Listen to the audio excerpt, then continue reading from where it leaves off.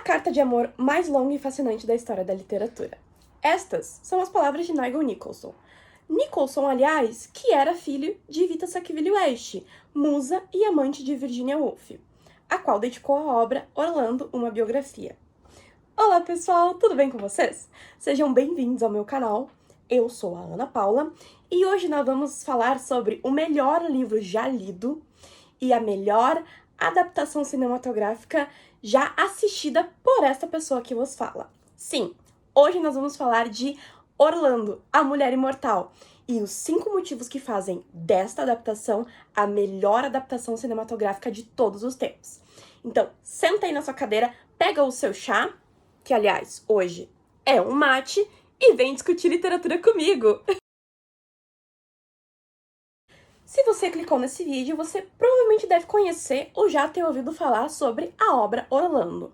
Mas se você não conhece ainda, eu vou dar uma resumida para você. Então, Orlando foi publicado pela escritora Virginia Woolf em 1928. Bom, a gente pode definir Orlando como uma biografia, um romance, uma paródia, fantasia, que acompanha a vida desse fidalgo inglês desde o século XVI até o século XX. Passando pelos mais diversos percalços na vida de Orlando, e dessa forma a gente também vai acompanhar o desenvolver da história da Inglaterra. No meio do livro, do romance, Orlando certo dia acorda e se tornou uma mulher. Então, gente, acontece que no romance da Virginia se mistura o gênero biografia com fantasia. Tudo isso misturado forma uma grande paródia da história da Inglaterra. O romance, como eu falei, vai seguir até o ano de 1928, que é quando Orlando vai datar 36 anos de idade, de acordo com a sua biografia. Eu acho importante também a gente ressaltar a influência do movimento sufragista e da chamada primeira onda do feminismo do início do século XX em toda a obra da Virginia Woolf. Se você ainda não leu Um Teto Todo Seu, eu recomendo que você vá ler agora esse ensaio, esse livro de ensaio muito famoso da Virginia, para você também entender um pouco como funciona essa sociedade que ainda sofre com esse conservadorismo da era vitoriana e que está tentando se livrar, né? As mulheres estão tentando lutar contra o patriarcado e ter mais autonomia e poder votar. Dito isso, passamos para a análise do filme, que saiu, né, nos cinemas em 1993 e foi dirigido por Sally Potter. Eu quero falar um pouco sobre a Sally no livro que eu li, da Silva Maria Guerra Anastácio, A Criação de Orlando e a sua adaptação fílmica, porque eu não conhecia nada sobre a biografia da diretora.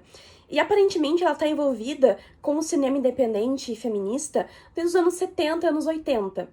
O que explica também o porquê dessa obra, dessa película, ser uma obra-prima em todos os sentidos, gente. Todos. A gente não tem o costume, né, de ver diretoras mulheres na indústria cinematográfica, ainda mais na década de 90, né? Onde existe ainda um conservadorismo ainda maior nesse quesito. Então, dito isso, eu quero só deixar registrado que, Sally Potter, você é um mulherão da... Esse primeiro motivo pode parecer muito bobo, não é? Mas é muito comum a gente ver adaptações cinematográficas, principalmente de livros de época, que duvidam da capacidade do seu espectador. Então, assim, eles não entendem, basicamente, o que foi lido, se foi lido, não é? A gente tem como um recente exemplo o filme, a adaptação, né, O Tempo e o Vento, da Globo Filmes. Eu não lembro agora o nome do diretor ou da diretora, mas acredito que é um diretor. Mas essa adaptação, gente, foi do mau gosto tenebroso. A principal obra que ele se inspirou, que foi O Continente, o primeiro livro da trilogia, é completamente deturpada. As pessoas não entendem, elas não conseguem entender que o Érico, na verdade, está fazendo uma crítica a essa cultura gaúcha, gaudéria. Eu estou aqui com o mate hoje para representar isso. As pessoas não entendem a crítica, então acaba que se perde a essência do romance. Um outro exemplo também mais recente é a adaptação da Netflix de Persuasão. Mas essa adaptação horrorosa vai ganhar um vídeo só dela mais pra frente. Potter leu Orlando. Potter entendeu Orlando. Potter entendeu Virginia. E ela soube jogar com a crítica que tá presente no livro e transpor essa crítica para outro veículo de comunicação que é o cinema. A Potter, ela fez alterações. A gente não espera um Ctrl+C, Ctrl+V quando a gente fala em uma adaptação cinematográfica. Mas mesmo com essas mudanças, não alterou em nada a essência do romance escrito pela Virginia. Que tá atrás, né, essas questões de discussão de gênero, autonomia e resiliência feminina, a não binariedade, a crítica à sociedade, à literatura e à história da Inglaterra. Tudo isso está muito bem trabalhado no filme, muito bem amarrado. Com esse mesmo tom sarcástico e ácido que tem no livro. Com a Potter, então, ela faz umas piadas, umas jogadas com a câmera que no livro a Virginia faz com o leitor. E sim, a Orlando, a Mulher Imortal, andou para que Fleabag pudesse correr e quebrar a quarta parede. Aqui a gente precisa discutir esse ponto que ele é crucial no romance e que foi muito bem transposto pela diretora do filme, como a gente já disse no ponto 1, já discutido, né? A Potter leu Orlando e soube ler. Então é louvável como é descrita essa resiliência da personagem Orlando, né? O primeiro ponto dessa resiliência é com a questão do personagem querer ser poeta, né? Ser poeta. Orlando passa em torno de 300, 400 anos escrevendo o manuscrito do seu romance O Carvalho. E que depois de 400 anos que vai ser publicado e que vai ter um reconhecimento no mundo literário, né? Aqui eu quero fazer um comentário, um adendo sobre uma parte do filme sobre questões de gênero, que eu gosto muito dessa piada que a diretora faz, que quando o Lord Orlando, né, se apaixona pela suposta princesa russa Sasha e deixa sua noiva, né, a atriz que interpreta a noiva olha pra câmera e fala a traição dos homens. E logo após, né, mais pra frente, quando o Orlando é traído pela Sasha, ele fala a mesma frase, ele olha pra câmera e fala a traição das mulheres. Bom, voltando pra questão da resiliência, né, do ponto 2, um outro ponto, agora falando de gênero novamente, que é muito bem transposto pro filme, né, é quando Orlando acorda, né, dos seus famosos sonos de uma semana e dormiu no corpo de homem e acordou no corpo de uma mulher e aceita essa nova condição da forma mais natural possível. Não afeta em nada a essência e mesmo a rotina da personagem, que dormiu com vestes masculinas e acorda e coloca vestes femininas e segue a vida como sempre, normal. Uma outra cena muito engraçada é quando a Orlando, a Lady Orlando, agora volta pra Inglaterra e é dita como morta, né, pela justiça. Quando o oficial de justiça vai dar essa notícia que o governo da Inglaterra declarou ela morta, ela olha pro oficial e fala, oh. Então, assim, essas tiradas, né, da diretora e de quem adaptou o roteiro, né, que foi a Sally Potter. Eu vou pesquisar, eu esqueci agora, gente, falha minha. Quem foi que adaptou o romance? Eu vou deixar escrito aqui nos comentários. Nos comentários não, na descrição do vídeo. Mas voltando para a questão da resiliência, né, no ponto 2, como eu tinha dito, quando o Lord Orlando dorme naquele seu famigerado sono de uma semana e acorda mulher, nada se altera na rotina da personagem. Ela continua a mesma na essência e mesmo com roupas femininas ainda é a mesma pessoa. Essa resiliência de aceitar a situação como ela é posta e conseguir, né, futuramente vencer essas dificuldades é louvável a maneira como é posta no livro e como é transposta para a tela. Tanto a Potter quanto a Woolf, elas vão defender o chamado feminismo metafísico, em que as mulheres elas vão rejeitar essa dicotomia do masculino e feminino, buscando então diluir essa oposição entre os sexos. Então, desse jeito a gente vai ter uma identidade plural e fluida. E é notável a abordagem que a Virginia dá para esse assunto em 1928, gente. Devido às proporções da sociedade da época, se discutia essa questão de fluidez entre gêneros, e também esse aprofundamento que a Potter faz no filme em 1993.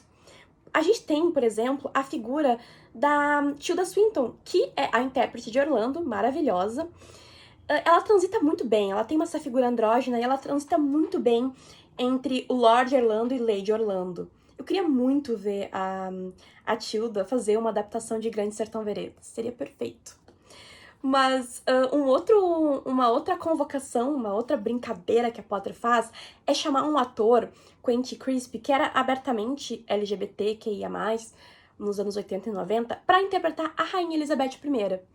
Então, eu consigo ver uma certa alfinetada a essa representação da Elizabeth I, porque a gente sabe, né, ela nunca se casou, porque ela nunca quis que um homem controlasse a coroa. Ela não queria que o marido fosse senhor dela, ela queria ser senhora dela.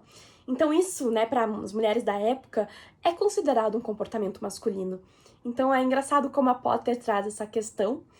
E não apenas, né, a Rainha Elizabeth I, mas basicamente todos os personagens são muito ambíguos. E a representação deles também. No livro a gente vai ter outros personagens, como o Arquiduque Harry ou Arquiduquesa Henriqueta. Então, assim, no livro é de uma forma, mas a Potter soube muito bem adaptar pro cinema. Essa é talvez a maior diferença da adaptação de 93, porque o Marmaduke Bontrod Chalmerdine, no filme da Potter, ele é simplesmente um aventureiro americano, que é interpretado pelo Billy Zane. E aqui, a Potter ela vai utilizar ele ser um americano para discutir essas questões, uma crítica a esse culto à liberdade americana. Ela também vai discutir um pouco sobre paixões. Eu preciso dizer que no livro essa é a minha parte preferida. E eu amo a primeira interação do Shell e da Orlando. Aqui na página 198 do livro... eu vou ter que ler, gente. Então, a Orlando, ela tá no período vitoriano, então ela tá discutindo sobre questão de casamento, que todo mundo tá casando na época vitoriana, né? E aí ela resolve correr, assim, pelos campos e cai no chão e diz que vai se casar com a natureza. E aí ela ouve um barulho de um cavalo e chega um senhor e pergunta, né? Senhora, bradou o homem, saltando para o chão. Está ferida? Estou morta, senhor, respondeu ela. Alguns minutos mais tarde, ficaram noivos. Gente, eu adoro. E o mais engraçado é que eles nem sabiam o nome deles. Para eles, então, a questão do nome é pouco relevante, porque eles já se conhecem de outras vidas. É como se fosse essa explicação, como se eles não precisassem falar, eles já se conhecessem.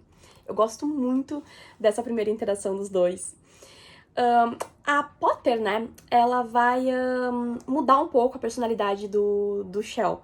Porque no livro ele é descrito como uma pessoa muito mais sensível, com traços bastante femininos. E a Orlando, ela é muito segura de si. E também a Virginia, né, ela traz essa discussão porque ela faz uma crítica a essa questão de interpretação de papéis de gênero da sociedade vitoriana, que tá se passando nesse período. Na página 199, os amantes gritam, né, um pro outro. És uma mulher, Shell, gritou ela. És um homem, Orlando, gritou ele. Então, a Virginia faz essas brincadeiras. Até Potter faz um pouco no filme, mas no livro a gente consegue ver melhor como funciona essa interação de troca de gênero entre o casal. Aqui é legal a gente falar também sobre essa questão de casamento, porque o Shell e a Orlando se casam. Só que eles não ficam juntos o tempo todo, porque quando o vento retorna, né, começa a agitação do vento sudoeste, o Shell abandona Orlando para ficar velejando no entorno do amado Cabo Horn dele. Então é um cabo lá, um Cabo Horn, que ele fica velejando com o barco dele lá, e ele só volta para casa quando o mar se acalma. Eu acho muito bonita essa representação da calmaria do mar e ele voltando para casa. A gente não pode esquecer que Orlando é inspirado na vida de Vita, a amante da Virginia, né? E a Vita, ela teve um casamento publicamente bissexual com o diplomata Harold Nicholson. Ambos bissexuais. E eu acho muito legal, muito bonito essa forma do casamento, né? De não precisar estar o tempo todo juntos, mas em momentos de calmaria eles voltam para si e ficam juntos. E depois se separam em momentos de intensa confusão e ventania. Ainda sobre o Shell, a gente não pode deixar de falar dos apelidos dele, que eu gosto muito. Shell, né? Que eu gosto de chamar ele de Shell pros íntimos, né? Que significa concha em inglês. E eu também gosto muito de pensar que o she de Shell, de Chalmerdine, she, que é ela em inglês, né? Esse traço feminino do Shell no próprio nome dele. E a Orlando também vai chamar ele de Mar, que é mar em português, né? Então ele, como um marinheiro no livro, né? que ama estar no mar. Então eu acho muito legal essa brincadeira de apelidos que a Virginia faz. Mas voltando pro filme, falando ainda sobre o casamento, eu acho interessante essas mudanças, mesmo que no livro eu seja muito apegada com a interação entre Orlando e Shell, eu gosto muito no filme como a Potter, ela aproveita, né, a questão dele ser um americano pra fazer uma crítica aos Yankees, né, essa cultura imperialista americana. E ela faz isso muito bem, então eu acho que, mais uma vez, genial, nota 10, eu entendo a mudança e eu acho que ela adaptou muito bem isso, essa crítica que ela faz pra conversar com o público dela dos anos 90. Eu preciso dizer que se a parte do Shell, do casamento, da Orlando, é a parte que eu menos gosto, apesar de eu entender que ela é muito boa, muito bem adaptada, se ela é a que eu menos gosto, né, na adaptação, o final é o crème de la crème. É assim, ó, é a atualização perfeita, é um final perfeito pro filme. É um exemplo de como atualizar uma obra pro tempo presente, sem desrespeitar a essência, a alma desse livro. No romance, então, a Orlando, ela vai se casar com o Shell e ela só vai poder manter a casa ancestral da família dela se ela tiver um herdeiro do sexo masculino. O que ocorre no livro em Ela Mantém a Casa, então você tem um final feliz no romance. Ao contrário, né, do que acontece na vida real com a Vita, por exemplo, que ela é filha única de um barão e ela perde, por ser uma mulher, ela perde o direito a ser herdeira, né, da casa ancestral da família. Já no filme, a Potter muda isso. No final do filme, Orlando, então, tem uma filha mulher. E ela perde a casa ancestral, né, da família. E por mais que ela passou muitos anos, muitos séculos apegada a essa casa, a Potter, ela escolhe fazer essa mudança da Orlando ter uma filha mulher e perder a casa para conversar com o público dos anos 90. Dizendo, então, ela tá dizendo aqui que apesar da casa ser importante para Orlando, ela não se importa com a perda da mesma, porque ela finalmente se tornou livre do passado, ela pode seguir o futuro sem estar presa às amarras do passado. A Orlando, que é a nossa diva resiliente, que passa por todas as adversidades de uma forma simples, sem perder a majestade, né? Perdeu a sua casa, mas seguiu em frente, conseguiu a sua liberdade e a sua autonomia. Essa é a mensagem final do filme. A gente não pode esquecer que no livro a Virginia escreveu como uma forma de homenagear a Vita, né? Que acabou perdendo a casa por uma questão de lei na Inglaterra, que filhas mulheres não poderiam herdar, né, a propriedade. E, querendo ou não, a Virginia ela acaba respeitando essa norma patriarcal da sociedade inglesa da época, né, vitoriana, que só homens poderiam herdar a propriedade. Então, a Orlando, né, tem um filho que vai herdar a propriedade. Então, não é bem ela que mantém a casa, sim o seu filho, né. Já a Vita, né, ela tem essa questão com o gênero. Ela era muito famosa por se travestir de homem, né, pra sair com suas amantes durante as noites, jantares, festas. Então ela tem um ressentimento por ter nascido mulher e não ter podido herdar o título e as terras da sua família, do seu pai. Então aqui nesse sentido, a Potter, ela vai superar, né, a musa da Wolf e ela vai coroar dessa forma essa liberdade, essa autonomia da mulher com uma cena final que, assim, é pra lá de cômica. Ela é muito boa. Aliás, a cena do livro também, a última página do livro, merece um vídeo só pra ela, porque é genial. Mas o filme é muito engraçado, porque começa a tocar uma musiquinha em que um anjo muito andrógeno começa a cantar uma música na cabeça da Orlando. Então, assim, é genial, genial. Le crème de la crème. Olha, gente, faltou muita, mas muita coisa pra falar sobre Orlando, sobre o romance. Muita, mas muita coisa pra falar do filme. Esse tema rende muito, muito, muito, muito, muito. Se você gostou desse vídeo aqui, dê o seu like, deixa seu comentário, compartilhe o vídeo, se inscreva no canal. E me comenta também se você já assistiu Orlando, a Mulher Imortal, se já leu o romance. E o que você espera do próximo vídeo? Que, aliás, se esse foi da melhor adaptação de todos os tempos, a próxima semana a gente vai falar da pior adaptação de todos os tempos. Tem alguma ideia de qual que é? Bom, pega a sua xícara de chá, comenta aí qual é o próximo vídeo. E é isso, até o próximo vídeo. Bisu, bisu!